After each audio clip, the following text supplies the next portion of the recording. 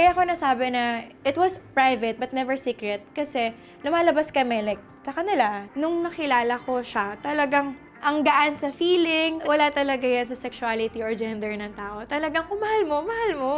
Yung courage and yung strength na ipakita mo na eto yung mahal ko, eto yun, wala akong pakialam sa sabihin niya. Napaka-important nun kasi Considering din yung mga past experience ng mga tao, may mga experiences sila from before that would like make them doubt minsan or like just, you know, it's important to listen and give them the assurance. Actually, feeling ko dapat nga parang ginigive mo yun like wala nang question.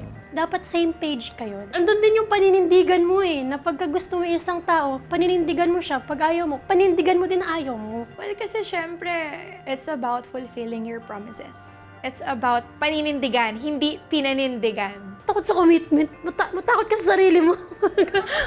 Kasi ang daming pwedeng maging factors bakit kayo pwedeng maghiwalay.